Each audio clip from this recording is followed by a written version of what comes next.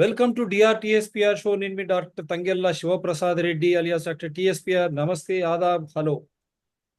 Sir మీరు ఇంగ్లీష్లో మాట్లాడతారు కదా, అంటే తెలుగు ఉన్నప్పుడు తెలుగు, ఇంగ్లీష్ ఉన్నప్పుడు ఇంగ్లీష్, హిందీ ఉన్నప్పుడు హిందీ. మళ్ళీ తెలుగులో కూడా మీకు ఆహ్వానం. డిఆర్టీఎస్పిఆర్ షో. నయని రాజగోపాల్ గారు, వారు ఒక సీనియర్ జర్నలిస్ట్. ఇంతకుముందు అక్కడ దుబ్బాక కానీ, మెదక్ కానీ, సిద్దిపేట అక్కడ పెద్ద ఎత్తున ఆయన కష్టపడి పోరాడి గెలిపించినటువంటి నేపథ్యం అప్పుడు బీజేపీలో ఉంది. ఆయన సంఘం తరఫున అక్కడ పనిచేశారు. ఆ సంఘం మహానుభావులు జవాబు చెప్పాలి, ఆయన ఎందుకు ఈరోజు బీఆర్ఎస్కి పోయాడు. మరి అక్కడ గెలిపించి అంత కష్టపడి ఒక కార్యకర్తకి గెలిపించిన తర్వాత కూడా వారికి గుర్తింపు లేనటువంటి ఒక పరిస్థితి. గుర్తింపు ఎందుకంటే వారు ఒక సీనియర్ పాత్రికేయుడు. గుర్తింపు దేనికి ఉంటుంది? అవినీతి పట్ల పోరాటం. సార్, ప్రజలకు మనం వాగ్దానం చేస్తే దాన్ని నెరవేర్చాలనే ఒక నైపుణ్యత కలిగినటువంటి ఒక పాత్రికేయ మిత్రుడు. అదేవిధంగా ప్రజలు ఆకాంక్షలు, ఎన్నికల తర్వాత మారుతున్నటువంటి కాల పరిస్థితులు, అక్కడ వ్యవసాయం కావచ్చు, విద్య కావచ్చు, వైద్యం కావచ్చు, ఇంకో రకంగా వేరే విధంగా బాధిస్తున్నటువంటి వేళ, అంటే ఈరోజు రేపు ప్రైవేట్ ఫైనాన్షియర్స్, వ్యవసాయం లాభసాటిగా లేదు కాబట్టి అదొక ఎత్తు. మళ్ళీ భూ నిర్వాసితులకు కూడా పెద్ద ఎత్తున అప్పుడు అక్కడ ఇబ్బందులు కలుగుతున్న ప్రాజెక్టుల వల్ల, దానివల్ల. సో ఆ నేపథ్యంలో వారు తప్పనిసరి పరిస్థితుల్లో బీజేపీ నుంచి మళ్ళీ బీఆర్ఎస్కి వచ్చారు. సో అంత కష్టపడి గెలిపించిన తర్వాత మారాల్సినటువంటి పరిస్థితి, దుస్థితి ఎందుకు వచ్చిందో ఈ రోజు మేము చూపించే షో కూడా ఒక కారణం కావచ్చు. మరి రాజగోపాల్ గారు అంగీకరించాలా? మనకు సీనియర్ తప్పకుండా సార్ వకీల్ గారు రవిచందర్ గారు కూడా, సీనియర్ వకీల్ రవిచందర్ గారు కూడా ఈరోజు మనకు జాయిన్ అయ్యారు. వారికి కూడా స్వాగతం, సాదర స్వాగతం, సుస్వాగతం. వారు కూడా పాపం ఎక్కడ small correction, Ravikrishna, I'm sorry, Ravikrishna గారు సీనియర్ వకీల్ సార్. వారు కూడా సీనియర్ వకీల్ కాదు, నార్మల్ అడ్వకేట్ అంటే సరిపోతుంది. I'm N activist, basically advocate, that's it. Right. సమాజ నేపథ్యంలో, పోరాట నేపథ్యంలో వారు కూడా ఒక అడ్వకేట్. వారు ఇక్కడకు బయటికి వెళ్తున్నారు, వారు కూడా ఆగి మాట్లాడుతూ ఉన్నారు. ఎందుకంటే ఈరోజు అంశం, ఎన్నుకున్నటువంటి ప్రతినిధి ప్రజాహితంలో పనిచేయాలన్నా, లేక తన సొంత హితంలో పనిచేయాలన్నా, మళ్ళీ పార్టీ హితంలో. ఎందుకంటే వారు వకీలు కాబట్టి, నేను ఆల్రెడీ షోస్ మనం చేస్తూ ఉన్నాం. 52వ అమెండ్మెంట్ 1985 రావడం, సుప్రీంకోర్టు ఉట్టి ఉండడం, ఆ రోజు ప్రజాప్రతినిధి పోయి పార్టీ ప్రతినిధి కావడమే దుర్మార్గమైంది. ఈరోజు పార్టీ పరంగా బీఫామ్లు మేము తెచ్చుకున్నాం, మేము ప్రజలకి ఏం జవాబుదారు, మా ఇష్టం వచ్చింది చేస్తాం అనే నేపథ్యం ఈరోజు ప్రజాప్రతినిధులకు రావడం. ప్లస్ వారిని ఎందుకు ఎన్నుకున్నారు, ఏంటివి వాళ్ళ వాగ్దానాలు, ప్రజలకు ఏం వాగ్దానాలు చేసినారు, వైఫల్యాలు అవుతున్న వేళ వారు సొంత లాభానికి, వాళ్ళ సొంత ఆర్జనకే తప్ప ప్రజాహితంలో ఎందుకు లేదు అనే చర్చనే ఈరోజు. అటువంటి చర్చలో రఘునందన్ రావు గారు, వారు మెంబర్ ఆఫ్ పార్లమెంట్ తెలంగాణ నుంచి, ఏ కాన్స్టిట్యుయెన్సీ నుంచో మీకు తెలుసు. నేను వారికి ముందస్తు సమాచారం కూడా ఇచ్చాను. ఎంపీ గారు, నేను ఒక షో చేయబోతున్నాను, ఆల్రెడీ అది ప్రజాహితంలో ప్రజల్లో ఉంది, దాన్ని కూలంకుషంగా మేము చర్చించబోతున్నాం. మీకు ఏమైనా అభ్యంతరం ఉంటే మాకు తెలియజేయండి, లేక మీరు షోలో వస్తానని నేను లింక్ పంపిస్తాను, లేదు ఇంకే మార్గాన్నైనా మీరు ఇంకేమైనా పంపిస్తే కూడా అది నేను చూపిస్తానని కూడా వారికి చెప్పడం జరిగింది. అంటే ముందస్తు సమాచారం ఇచ్చాను. Prior notice has been served. So this show is very clear. We run on rule of law, constitution, invoking evidential act, with no enmity against individuals nor animosity against any parties or organizations. My number is 9440465339. Anyone can contact and the same guest will appear again. Rajagopal గారు చెప్పండి, ముందు నేను show చూపించము, అసలు ఏంది కథ అంతా. వేరే పాత్రికేయ మిత్రులు కూడా దాన్ని బయటికి తీసుకురావడం జరిగింది. అసలు ఏమంటారు ఇదంతా, ఎందుకు ఇంత రచ్చరచ్చ? ఎప్పుడు చూసినా మెదక్ జిల్లా, పాత మెదక్ జిల్లా దుబ్బాక నుంచి మొదలు పెడితే ఎప్పుడు ప్రజాహితంలో అది బయట ఉండదు, కానీ వేరే హితంలో ఎప్పుడు చర్చలో ఉంటుంది. మొన్న కూడా దుబ్బాక గెలిచినటువంటి ఎమ్మెల్యే ఆయన ఒక స్టేట్మెంట్ ఇచ్చారు. సరే, అది వేరే విధంగా చర్చిద్దాం మనం. ఈరోజు స్వయాన ఎంపీ గారి మీదనే ఇంత పెద్ద ఒక ఆరోపణ అంటారా, అంటే till prove no one is guilty, we are not here to judge. మరి ఆయన ఇంతవరకు చెప్పలేదు. ఏమంటారు? మీరు ఒక పాత్రికేయుడు, మీరు ఇంతకుముందు కూడా పనిచేశారు గెలవడానికి. వారు ఈ భూమి సిద్దిపేట జిల్లా నూతనంగా ఏర్పాటైనటువంటి అక్బర్పేట భూంపల్లి మండలం చౌదరిపల్లి గ్రామంలో ఉంది. ఈ భూమి ఆయన మాట్లాడుతున్న మాటలకి, ఆయన చేస్తున్న చేతలకి పొందన లేకుండా ఉంది.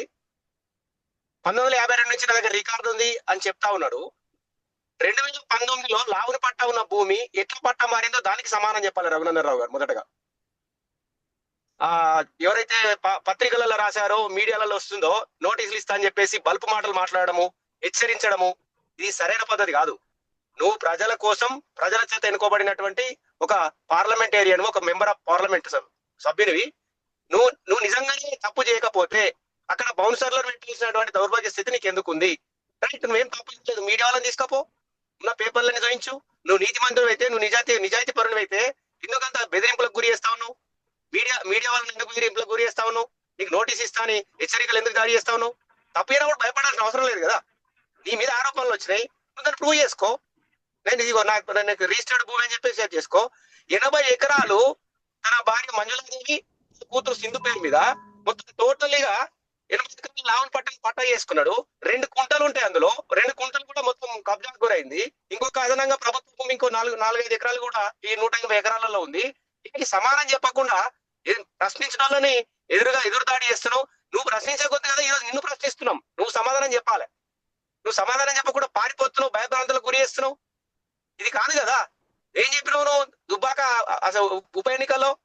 ఒక రైతుకు 2 ఎడ్లతో ఒక నాగలిస్తా అని చెప్పినావు, కానీ రైతుల భూములే కొనుక్కున్నావు కదా. నువ్వు ఇచ్చిన హామీ నెరవేర్చకపోగా రైతుల భూములు కొనుక్కోవడం దారుణం కదా. ఇప్పుడు ప్రభుత్వం ఏం చేసిన భూములని పేదలకు మంచిది, అది పక్క ప్రభుత్వ భూమే. ప్రభుత్వం తీసుకొని ఇచ్చినటువంటి భూమి ప్రభుత్వ భూమి కాకపోతే ఏ భూమి అవుతుంది? లావణ పట్ట కాకపోతే పట్ట ఎట్లా అవుతుంది? 2019 పాస్బుక్ ఉంటుంది సార్ మీ దగ్గర. 2019 లావణ పట్ట ఉంది మీకు పాస్బుక్ లో. దానికి సమానం చెప్పు. నువ్వు కొనేకంటే ముందు లావణ పట్ట ఉందా లేదా? దానికి సమానం చెప్పకుండా ఎదురుదాడి చేస్తాడు. మాజీ వ్యవసాయ శాఖ మంత్రి నిరంజన్ రెడ్డి గారి మీద నువ్వు ఆరోపణలు చేసినావు, తప్పుడు ఆరోపణలు చేసినావు, దాన్ని ప్రూవ్ చేయలే. అంటే ఎంతసేపు బ్లాక్ మెయిల్ రాజకీయాలు చేయడము, బెదిరింపులు చేయడము. ఒక్క మాట ఇచ్చిన మాట మీద అసలే ఉన్నాడు. భారతీయ జనతా పార్టీ అనే పార్టీ బద్మాసుల పార్టీ అయింది, లంగల పార్టీ అయింది, దొంగల పార్టీ అయింది, లంబంగల పార్టీ అయింది. కాదు రాజగోపాల్ గారు, మన పార్టీల పరంగా, ఎందుకంటే అందరిలో దాంట్లో మంచి వాళ్ళు ఉన్నారు, చెడ్డవారు ఉన్నారు. మీకు కూడా తెలుసు, వీరు ఇంతకుముందు కూడా ఓవైసీ తర్వాత ఓవైసీ బ్రదర్స్ ను కిరణ్ కుమార్ రెడ్డి ముఖ్యమంత్రిని లోపడేస్తే ఆ రోజు నేను వకీలుగా ఉన్నా కాబట్టి వకాలతు పుచ్చి వాళ్ళకు ఇచ్చిన అనేసి చెప్పారు. అది నో ప్రాబ్లం, వకీలుగా ఎవరు పిలిచినా పోతారు, దాంట్లో ఇబ్బందులు ఏం లేవు. కానీ ఈరోజు భారతీయ జనతా, ఆ రోజు బీఆర్ఎస్ ఉన్నాడా దేంట్లో ఉన్నాడో మనకు తెలియదు. అప్పుడు మళ్ళీ ఈరోజు భారతీయ జనతా పార్టీలో ఉన్నారు, అందరూ కూడా అదే అన్నారు. భారతీయ జనతా పార్టీ ఓవైసీ వాళ్ళే కదా ఓట్లు చీలుస్తున్నారు దేశవ్యాప్తంగా, అందుగురించే వీరు అందరూ ఒకటైనా. నేను ఆ నేపథ్యంలో పోవడం లేదు. మీరు పార్టీలను తిట్టకుండా అసలు అంశం ఏంటిది? ఎందుకంటే మనం వకీల్ సాబ్తో కూడా మనము వకీల్గా కూడా వారు మనకు క్లియర్గా ఒక లీగల్ ఆస్పెక్ట్లో కూడా చెప్తారు. మీరు ఇప్పుడు ఈ భూమి ఎన్ని ఎకరాలు, ఏ సర్వే నంబరు, ఏ ఊరు చెప్పండి, ఆయన ఏం చేసిండ్రో చెప్పండి ఒక 5 నిమిషాల్లో. సో దట్ నెక్స్ట్ వారు వకీల్ గారు మనకు క్లారిటీ ఇస్తారు ప్రజలకు అర్థం కావడానికి. చౌదరిపల్లి సార్ మొత్తం 294 సర్వే నంబరు ప్రభుత్వ భూమి. ఇందులో డిఫరెంట్ సర్వే నంబర్లు ఉన్నాయి. 294 బయలు కూడా ఉన్నాయి ఇందులో. ఇందులో మొత్తం టోటల్గా మీకు పంపిన దాంట్లో ఉంటది.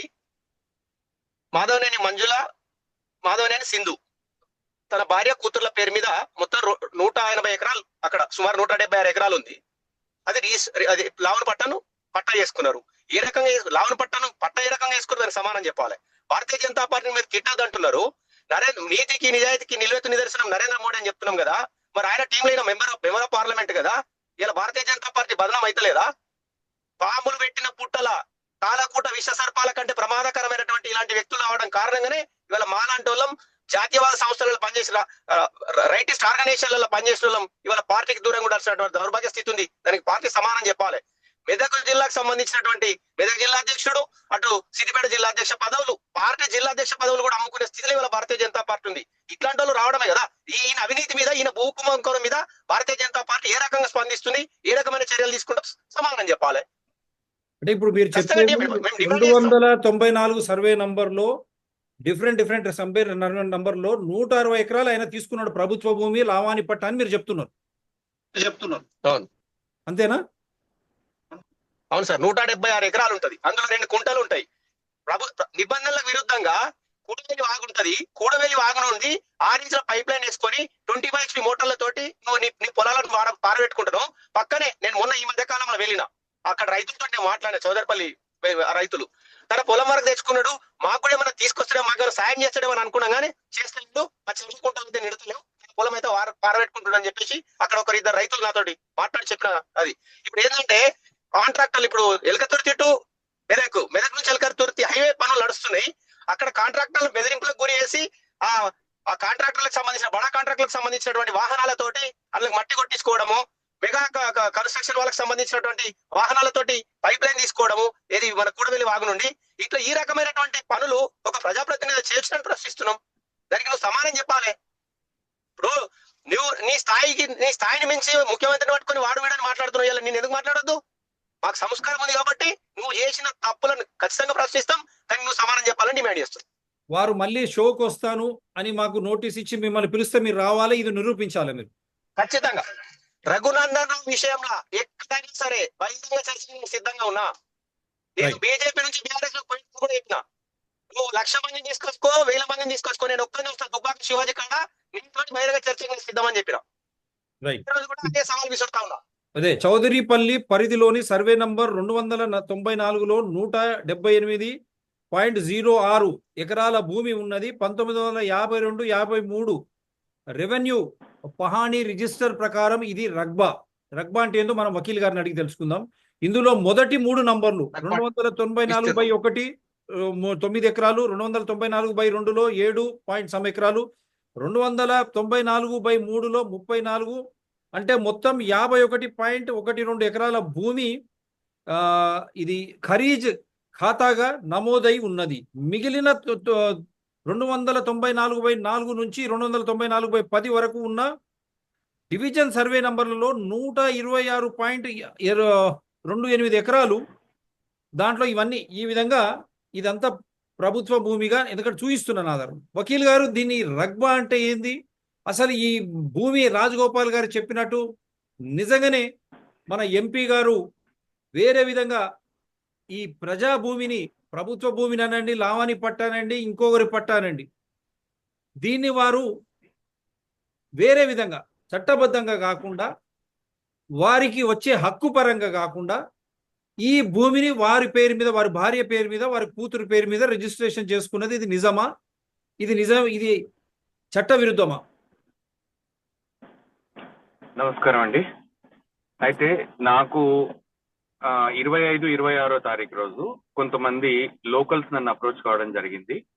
ఇలా చౌదరపల్లి విలేజ్ లో survey number 294 Akbarpet Bhoompally mandal Siddipet district లో 176 ఎకరాలకి ఫెన్సింగ్ వేసుకొని బౌన్సర్లను పెట్టుకొని ఎంపీ రఘునందన్ రావు గారు వాళ్ళని ఇబ్బందులకు గురి చేస్తున్నారు అనేది ప్రాథమిక సమాచారం. ఒక్కొక్క ఎకరా 4 లక్షల చొప్పున కొన్నాడు. దాంట్లో నుంచి 11 ఎకరాలకు అసలు డబ్బులు కూడా ఇవ్వకుండా కొన్నాడు. దానికి హైకోర్టులో కూడా కేసు వేశారు. దానికి కోర్టు కూడా వాళ్ళకి అనుకూలంగా తీర్పిచ్చింది. కంటెంప్ట్ కూడా వేయబోతున్నాము అనేది నాకు వచ్చిన సమాచారం. నేను దానిపైన డ్యూ డెలిజెన్స్ ప్రకారము నేను చేయాల్సిన పని నేను వెరిఫై చేశాను. వెరిఫై చేసి ఇనిషియల్ ప్రైమఫెసి కేసు నాకు కనిపించింది ఏంటంటే, ఇదంతా కూడా టోటల్ ఎక్స్టెంట్ 2006లోనే సబ్ రిజిస్ట్రార్ అప్పటి తహసీల్దార్ ఇచ్చిన లెటర్ ప్రకారము ఈ మొత్తం ఎక్స్టెంట్ ని ప్రొహిబిటెడ్ లో పెట్టడం జరిగింది. ఈ 176 ఎకరాల్లో government land plus government assign చేయబడ్డ ల్యాండ్. గవర్నమెంట్ అసైన్ చేసింది కాబట్టే బై నంబర్స్ వచ్చాయి. ఇప్పుడు పాడీ జరిగితేనే బై నంబర్స్ వస్తాయి, ఏ సర్వే నెంబర్ కైనా, అది ప్రైవేట్ కైనా గవర్నమెంట్ కైనా. ఇప్పుడు టోటల్ ఎక్స్టెంట్ ఒక 200 ఎకరాలు ఉందనుకోండి, దాంట్లో 100 ఎకరాలు అసైన్మెంట్ జరిగింది అంటే దానికి సబ్ డివిజన్ చేస్తేనే ఇవ్వగలరు. సో అట్లా ఈ బై నంబర్స్ ఏర్పడ్డాయి. దాంట్లో కూడా ప్రొహిబిటెడ్ లిస్ట్ లో స్పష్టంగా ఉంది, కొంత మొత్తం గవర్నమెంట్ ల్యాండ్ అని చూపిస్తూ కొంత ఎక్స్టెంట్ అసైనీ కబ్జాలో ఉన్నాడా లేదా, లేని దాన్ని కూడా ప్రొహిబిటెడ్ లో పెట్టడం జరిగింది. ఇది నేను మీకు ఇప్పుడు మీ వాట్సాప్ లో పంపించాను, ఒకసారి చూసే వాళ్ళకి వ్యూవర్స్ కి చూపించండి. అది ఇప్పుడు నేను మీకు పంపించాను. ఇప్పుడు నేను మీకు ప్రొహిబిటెడ్ లిస్ట్ అని పీడిఎఫ్ ఉంటుంది, ఒకటి పీడిఎఫ్ ఫైల్ పంపించాను. అది కూడా తీసుకుంటాను. ఇప్పుడు ఇది కూడా ఒకటి ఉంది, మీ ట్విట్టర్ కూడా. ఇది నేను ఇప్పుడు మీకు ట్విట్టర్ వదిలేసేయండి. మీరు ఇప్పుడు వాట్సాప్ లో నేను ఇంతకు ముందు రాజగోపాల్ గారు మాట్లాడుతున్న సమయంలో నేను మీకు పంపించాను 2 విషయాలు. ఒకటి అసైన్మెంట్ పట్టా సర్టిఫికెట్, రెండోది ప్రొహిబిటెడ్ లిస్ట్ సంబంధించింది. రిజిస్ట్రేషన్ వెబ్సైట్ నుంచి డౌన్లోడ్ చేసిన పీడిఎఫ్ ఫైల్, అది ఓపెన్ చేయండి ఒకసారి. ఇప్పుడే ఓపెన్ చేస్తున్నాను, ఎందుకంటే క్లారిటీ వస్తుంది. మీరు క్లియర్ గా ఎక్స్ప్లెయిన్ చేస్తున్నారు కాబట్టి ప్రజలకు ఇబ్బంది లేకుండా ఉంటుంది. అవును.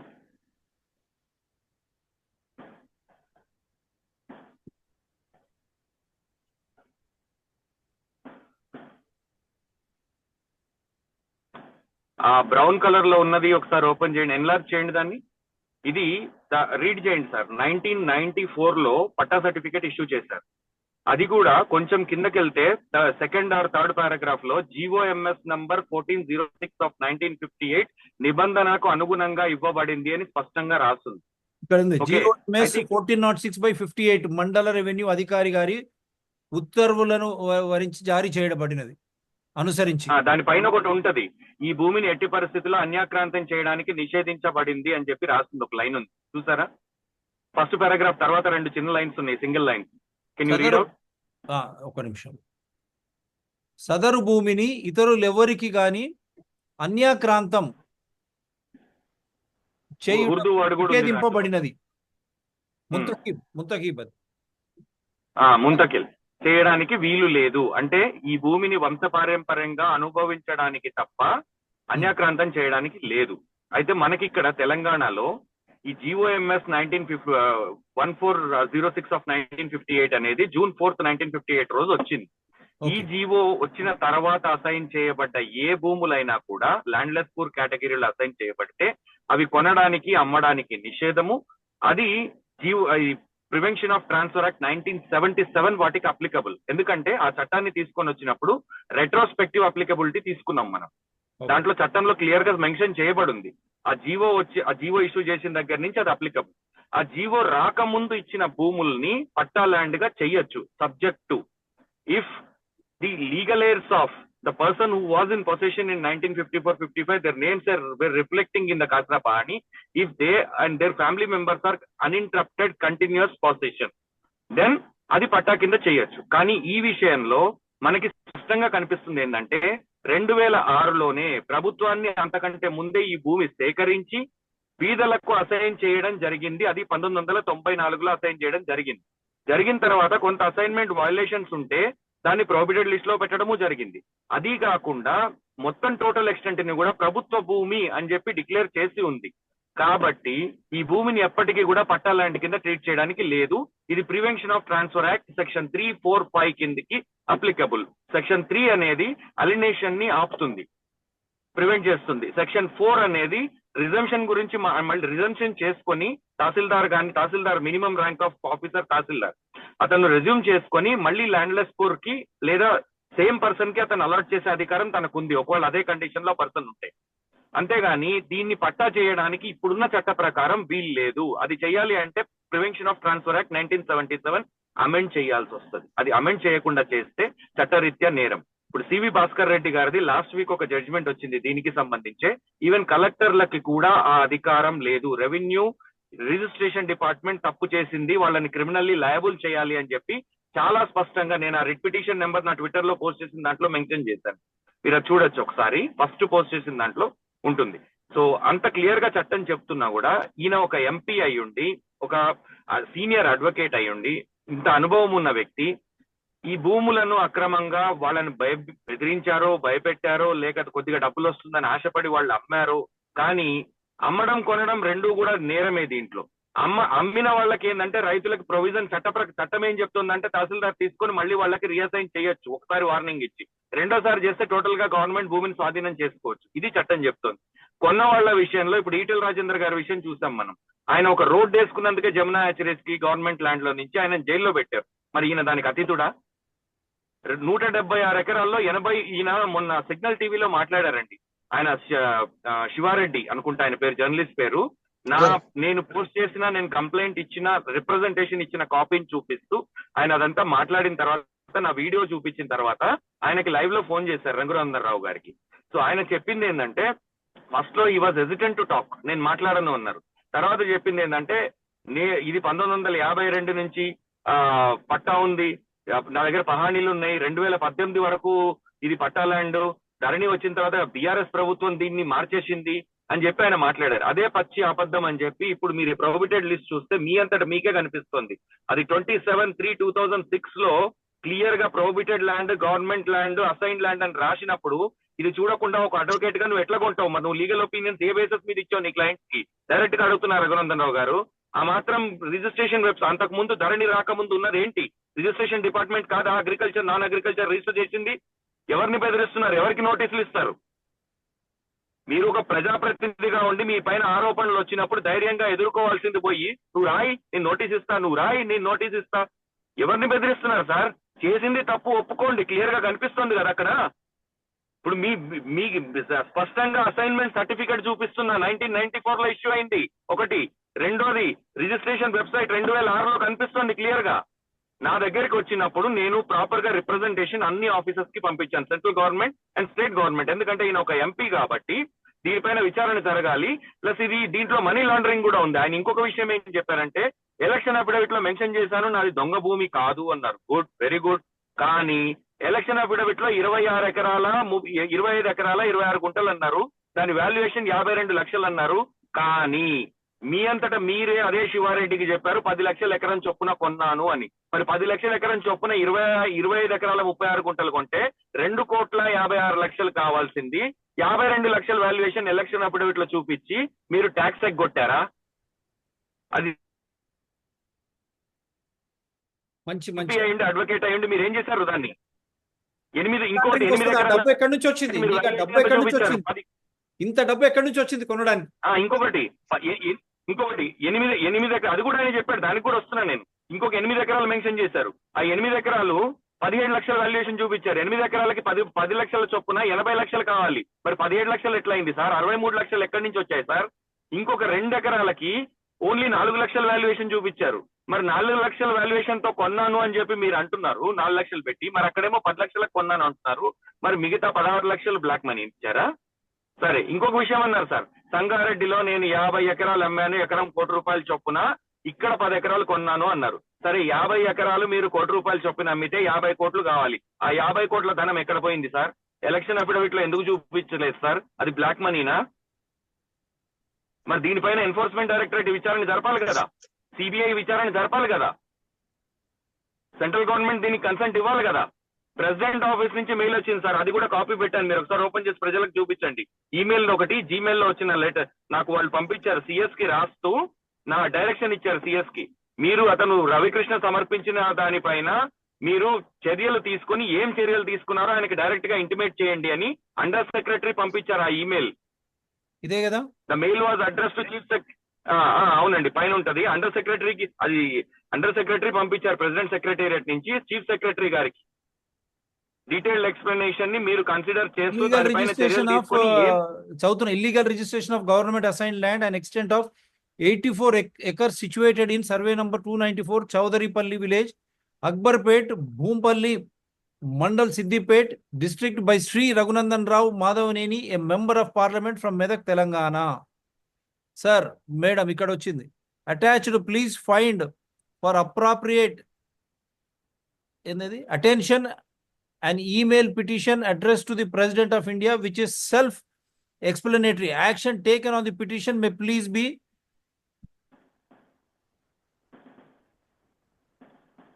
Inform to the complainant petitioner అని అండర్ సెక్రటరీ నుంచి అది మెయిల్ వచ్చింది ప్రెసిడెంట్ సెక్రటేరియట్. అంటే ఈ దేశ అత్యున్నత petition may please be communicated to the petitioner directly. ఇది under secretary president of India secretariat నుంచి this has come to Sir secretary of Telangana. ఇక్కడ క్లియర్ ఉంది చూడండి, అన్ని చూపించాలి కదా. 20th April 2025 at 12:07 కి వచ్చింది ప్రెసిడెంట్ నుండి టు తెలంగాణ చీఫ్ సెక్రటరీ. ఇదే ఇక్కడ అడ్రస్ చూడండి, టిసి హరికృష్ణ, రవికృష్ణ. ఇది లెటర్ కూడా ఉంది. మరి దీనిపై ఇంతవరకు ఏం చర్యలు తీసుకున్నదో ముఖ్యమంత్రి రేవంత్ రెడ్డి గారు, మీ చీఫ్ సెక్రటరీ. నేను పంపించింది ఎవరెవరికి పంపించానో చెప్తాను సార్. ప్రెసిడెంట్ గారికి పంపించాను, ప్రైమ్ మినిస్టర్ కి పంపించాను, అమిత్ షా గారికి పంపించాను, తర్వాత ఎన్ఫోర్స్మెంట్ డైరెక్టరేట్ పంపించాను, సిబిఐ హెడ్ క్వార్టర్స్ కి పంపించాను సెంట్రల్ లో, తర్వాత స్టేట్ కి వచ్చేసరికి ఏసీబీకి పంపించాను, విజిలెన్స్ కి పంపించాను, చీఫ్ సెక్రటరీకి పంపించాను, సీఎంఓకి పంపించాను, సీఎం రేవంత్ రెడ్డి గారికి, పొంగులేటి శ్రీనివాస్ రెడ్డి గారికి, వీళ్ళందరికీ వాళ్ళ అఫీషియల్ ఈమెయిల్ ఐడీస్ పైన పంపించడం జరిగింది, which they are bound to respond. They have to respond. They are public representatives, not party representatives. It is not. ఇంత క్లియర్ గా 94లో అసైన్ చేయబడ్డారు సార్. మన తెలంగాణలో కొన్ని ల్యాండ్స్ ని పట్టా ల్యాండ్ కింద డిక్లేర్ చేయొచ్చు. అది ఎప్పుడు అంటే 1954 కాసరా పహానీలో పట్టాదారు కాలంలో ఆ వ్యక్తి పేరు కనిపించి ఆ తర్వాత తన సక్సెసర్సే యాజ్ ఆఫ్ టుడే వరకు ఉంటే గవర్నమెంట్ డ్యూ ప్రాసెస్ ఫాలో అయ్యి principal secretary revenue, chief commissioner land administration నుంచి క్లియరెన్స్ వచ్చినాక కలెక్టర్ ఎన్ఓసి ఇష్యూ చేయొచ్చు. కానీ ఈయన రఘునందన్ రావు గారు ఏం చెప్పారంటే, హైకోర్టు ఆర్డర్ ఇచ్చింది, బీఆర్ఎస్ కలెక్టర్లు చేశారు, కాంగ్రెస్ కలెక్టర్లు చేశారంట. మరి ఈయన అడ్వకేట్ ఎలా అయ్యాడో నాకైతే అర్థం కావట్లా. కలెక్టర్లు బీఆర్ఎస్ కి కాంగ్రెస్ కి కాదు ఉండేది, ఈ దేశానికి కలెక్టర్లు ఉండేది ఈ దేశానికి సార్. వాళ్ళు బీఆర్ఎస్ కాంగ్రెస్ కాదు. మీరు కండువా వేసుకున్నారని అందరు కండువా వేసుకొని తిరగరు. మీరు అది అంటగట్టకండి. ఇంకొకటి, హైకోర్టు జ్యూరిస్డిక్షన్, సమ్మరీ జ్యూరిస్డిక్షన్. మీరు వెళ్ళింది రిట్ పిటిషన్ ఆర్టికల్ 226 కింద. ఏమని వెళ్ళారు? నేను కలెక్టర్ కు ఒక రిప్రజెంటేషన్ ఇచ్చాను, అతను నా రిప్రజెంటేషన్ పైన ఎటువంటి చర్యలు తీసుకోలేదు అని వెళ్ళారు. హైకోర్టు ఏమని చెప్పింది? అతను ఇచ్చిన రిప్రజెంటేషన్ ని పరిగణలోకి తీసుకొని విచారించి చట్ట ప్రకారం చర్యలు తీసుకోండి అని చెప్పని మాత్రమే ఇస్తారు తప్ప అసైన్డ్ భూములు మీకు కట్టబెట్టమని చెప్పి ఇవ్వదు.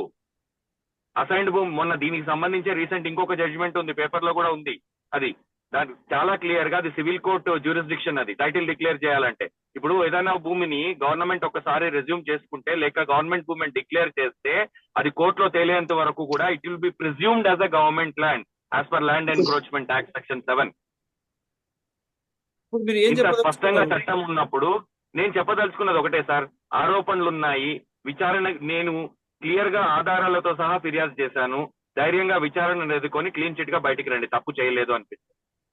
మీరు తప్పు చేశారు కాబట్టి మీరు బెదిరింపులకు పాల్పడుతున్నారు అని చెప్పి నేను అంటాను. నేను దీనిపైన ఇక్కడతో వదిలిపెట్టాను సార్. రైతులకు న్యాయం జరిగే వరకు నేను పోరాడతాను సార్. ఒకటి, భూమిని నమ్ముకున్న వాడికి భూమి పని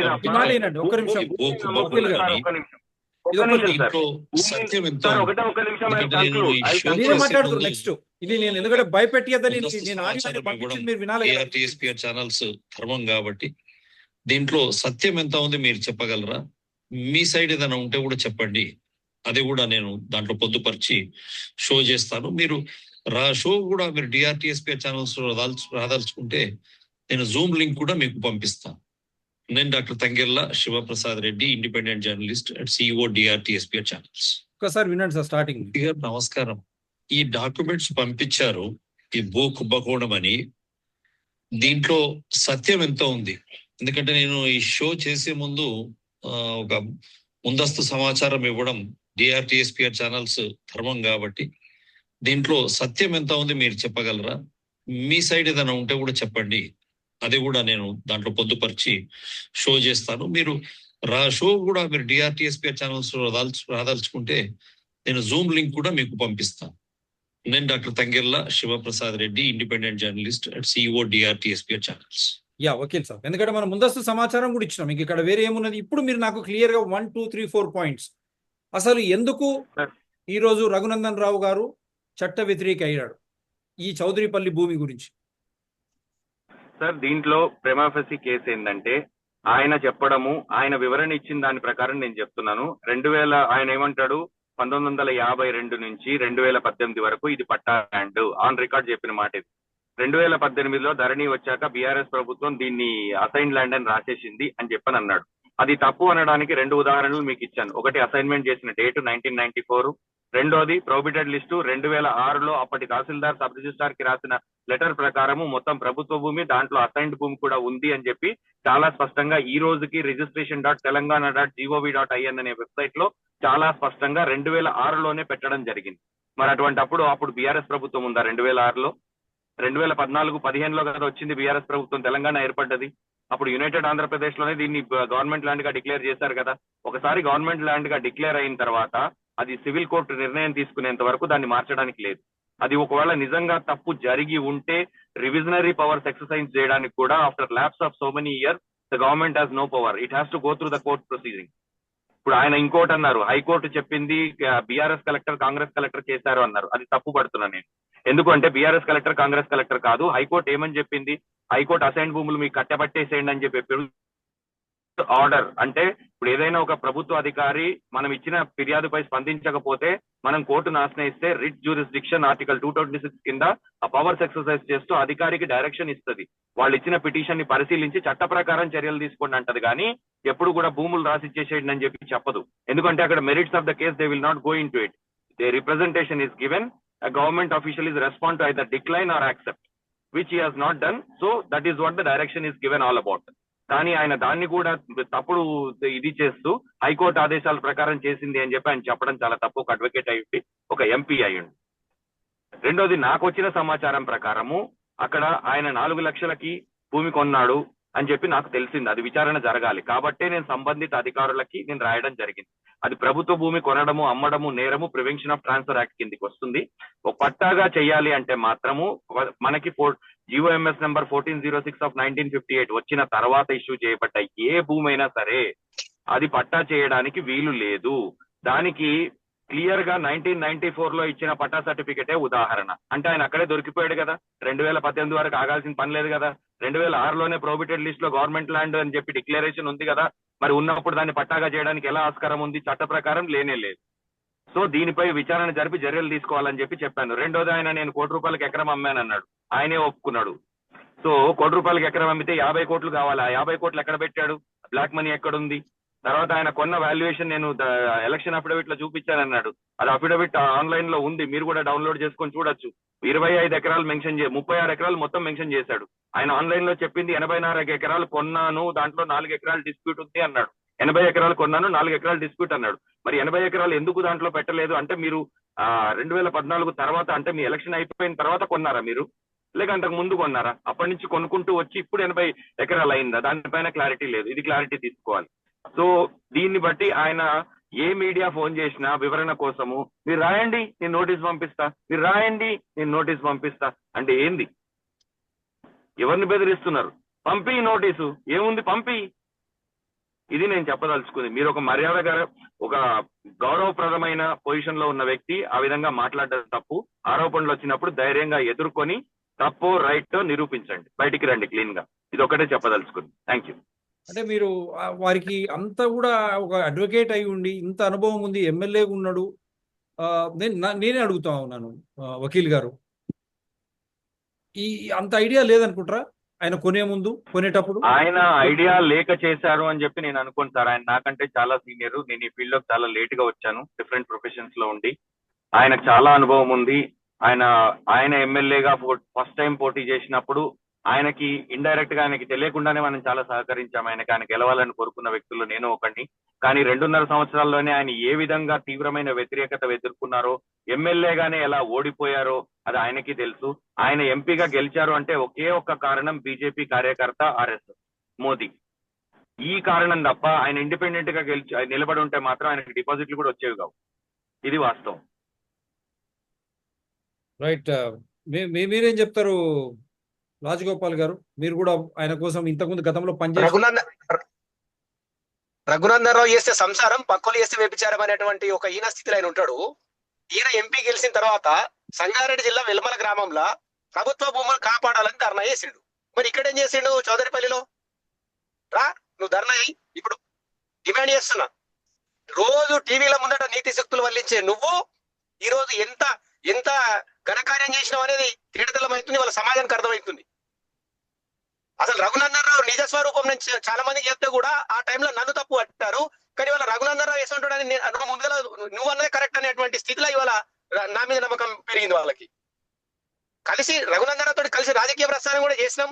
ఆయన ఎటువంటి అనేది తెలిసిన తర్వాతనే దూరం రావడం జరిగింది. పార్టీ సిద్ధాంతపరమైనటువంటి పార్టీలో ఇట్లాంటి వ్యక్తులకు చోటు ఇవ్వద్దు అనేదే మా కోరిక. భారతీయ జనతా పార్టీని తిట్టాలనే మా ఉద్దేశం కాదు. ఒక క్రమశిక్షణ కలిగిన పార్టీ, దేశహితం కోసం పనిచేస్తున్నటువంటి పార్టీ, నీతి నిజాయితీకి నిలువెత్త నిదర్శనం ఉన్నటువంటి పార్టీ. అలాంటి పార్టీలో ఇట్లాంటి చీడ పురుగులను ఉండొద్దు అనేదే నా డిమాండ్. భారతీయ జనతా పార్టీ స్పందించి న్యాయ విచారణ జరిపించి ఆయన సస్పెండ్ చేయాలనేది నా డిమాండ్. మీరు వకీలు, రెవెన్యూ శాఖకు ఇది తెలియదంటారా?